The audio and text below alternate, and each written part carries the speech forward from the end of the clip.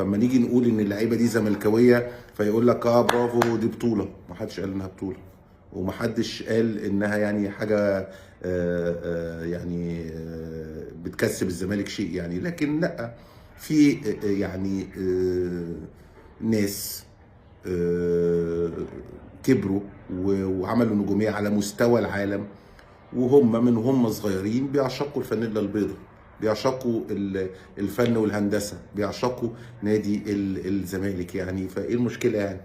المشكله لما نكون الزملكاويه سعداء ان في شخصيات مرموقه في المجتمع وشاطره عرفت توصل لمكانه كبيره، مش على مستوى مصر، على مستوى العالم، وهم في الاصل من هم صغيرين مرتبطين عاطفيا بنادي اسمه نادي الزمالك. والكلام ده شفناه مع ناس كتير.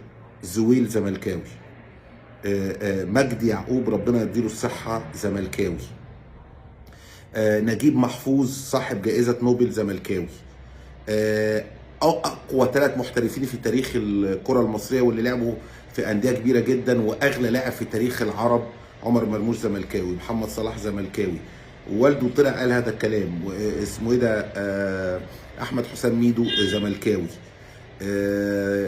نتكلم في قامات كبيره جدا على مستوى العالم يعني زملكاويه يعني. فانا مش شايف اي حاجه تعيب اللي انا نزلته يعني. الناس تقعد تتريق وبتاع، الاهلاويه زعلانين. انت بتتشرف بناس كتير يعني. عمرو دياب زملكاوي، هاني شاكر زملكاوي، منير زملكاوي، محمد الحلو زملكاوي، مدحت صالح زملكاوي. دول قامات كبيره جدا في الغنى يعني، قامات كبيره جدا في الغنى يعني.